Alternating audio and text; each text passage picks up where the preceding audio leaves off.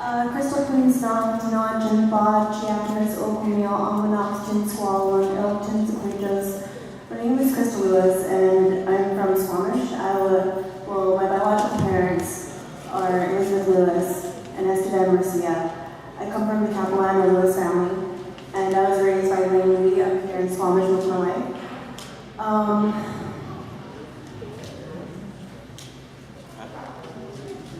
I strongly believe that it's important that our actions strongly inspire others to be the best they can be, to meet their full potential, and that we should lead by example. And that's what my main focus over the years has been. I've always been drug and alcohol free, and I strongly believe that if I do something positive, that maybe it'll inspire others to dream more and go after the dreams and do the best they can. So I'd like to talk about my platform.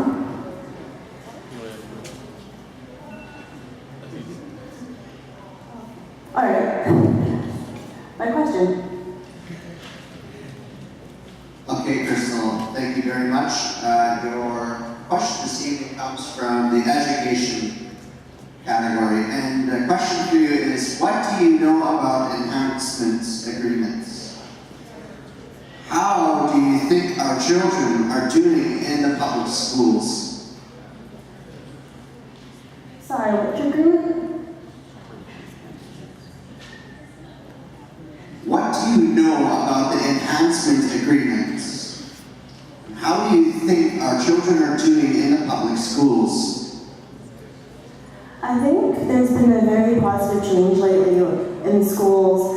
I've noticed that a lot of our youth are really involved and they're trying to do the best they can. And it's because we have many strong leaders that inspire our youth to meet their full potential, and we have really good support systems. And it's a really big help, as well as seeing that a lot of our younger generations are inspired to go further and go on to be doctors and lawyers, and it's just wonderful because you can see that there's a positive change and that we're becoming a stronger community. As for the enhancement agreement, I'd like to learn more about that, and I will look further into that. Thank you very much. Thank you, Kristen. Appreciate that. That was a difficult question. Tony Moody. Sensation. Consese.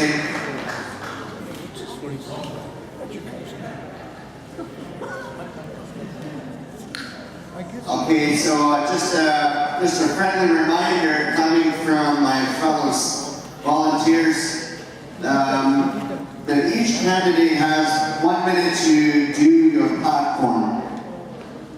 Rounded 1 minute for your platform, and then you have 2 minutes for your question that you picked out of the category. Thank you.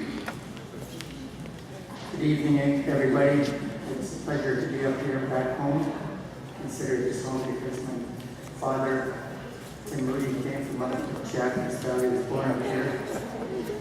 Well, my mother was Anne Moody. Napoleon Moody was my grandfather. And Nora Moody, Nora Baker as well, came from up here. Born in Stanley Park, but eventually resided up here in Sutton's. And then Chikai, Japanese. It's like home, coming home here, and everyone here I consider family. And it's good to see Squamish people get together in moments like this to choose a candidate that you think is the best candidate to represent you. We've got so many problems to address. I've had the pleasure of sitting on the table here for 7 terms. And a lot of those terms were a lot of the elders that are now gone. But I've learned a lot from them. And it's a pleasure to be here with you all tonight. And good luck to every one of you for the band manager and for the chief of council. Mantomi, Detention, So your question this evening for you comes from education. And your question is, how would you put a database together for our high school graduating students, assisting them in career direction with a clear map of post-secondary schools available? Easy. Get a hold of the education department, have a discussion with them, see what the problem is, and if there is a problem, bring it to council, and have a good discussion with it, and open it up to our members as well. I think our members have a lot to offer, and members, we've got so many educated young people in so many different fields. It's, I'm not very good at computer yet, not as good as my granddaughter and children are, but getting there. Education has always been a good strong base. Our elders have always stressed the importance of education so we can best represent the people in whatever manner it may be, whether it be finances, whether it be legal, social development, graduates. We've had some, I think Glenn was one of the first ones. We've had a number of other legal people representing us, their legal backgrounds that they've accumulated over the years, and it's very interesting to listen to these people. You learn from them after a while. You also learn from the cultural basis, very important to our people, because without that we wouldn't be Squamish people. I think we have to stress the importance of that culture within our education, especially the language. Language and culture go hand in hand, as well as education. I also like to thank all the elders that have gone before us, because without their sacrifice, we wouldn't be standing here and enjoying the benefits through their sacrifices. Many sacrifices our people have gone through just to be here today, where we're at within this building and a number of other buildings. Economic development is, well, it speaks for itself. We're still working on that, and there's a lot of things to accomplish yet. Thank you. Thank you.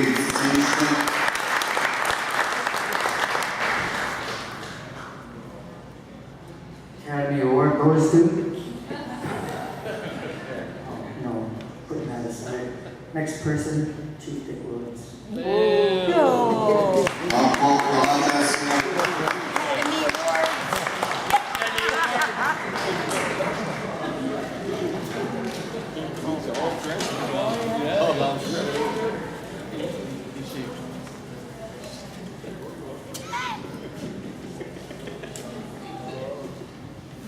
Thank you very much.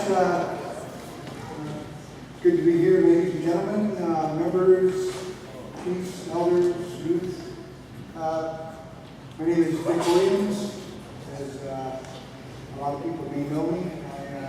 I was served on council since 1977 in April, and served prior to the election system coming in. A lot of our people that were on the council with me worked very hard for the people, and I think the election system itself set up a 4-year term for us under a custom system developed by our tribe, not by the Department of Indian Affairs. This 3-year term, or this 3-term thing, is a Section 73 Indian Act provision that says if you become smart enough to lead your people, we want to make you ineligible. The white man did that to us and every other tribe across Canada. My name is Whale Kalacha. That's the chieftainship name of the Popsum. And my grandfather, Chief Edward Williams, was one of the chiefs signed the amalgamation. And Chief Dick Williams was his father. And they surrendered his land out from under him, and he died a year later, named after him. It's not my name. I belong to the name. The name belongs to our land. Thank you. Paul, apologize. Gary, Palacha. So the question for you this evening comes from Lands and Resources, and your question this evening is, who should make decisions on what investments are entitled into within the nation? Investments for the tribe, I think the policy decisions and the mandate comes from council, and the professionals and qualified people that deal with the departments that have to do with revenue have to put their due diligence together and attempt to put themselves in a position of looking at all different recommendations. And I think our mandate as well is for highest and best use for our lands and for purposes of dealing with how to best go forward and what's the best interest of our future generations as well. And I think it's a matter of wanting to make sure we're seen to be doing the right thing and having people understand all the parameters and the mandates that go out on an understanding basis prior to decisions being made, and allow our people that as well understand those things on a basis of us going forward. We also have interest in lands off reserve, which are under the provincial jurisdiction and are used for purposes, or you will be used for purposes in the future for funding on reserve infrastructure, as well as other things that we may need in the future for the best interest of our members and housing and other developments within our jurisdiction. Thank you.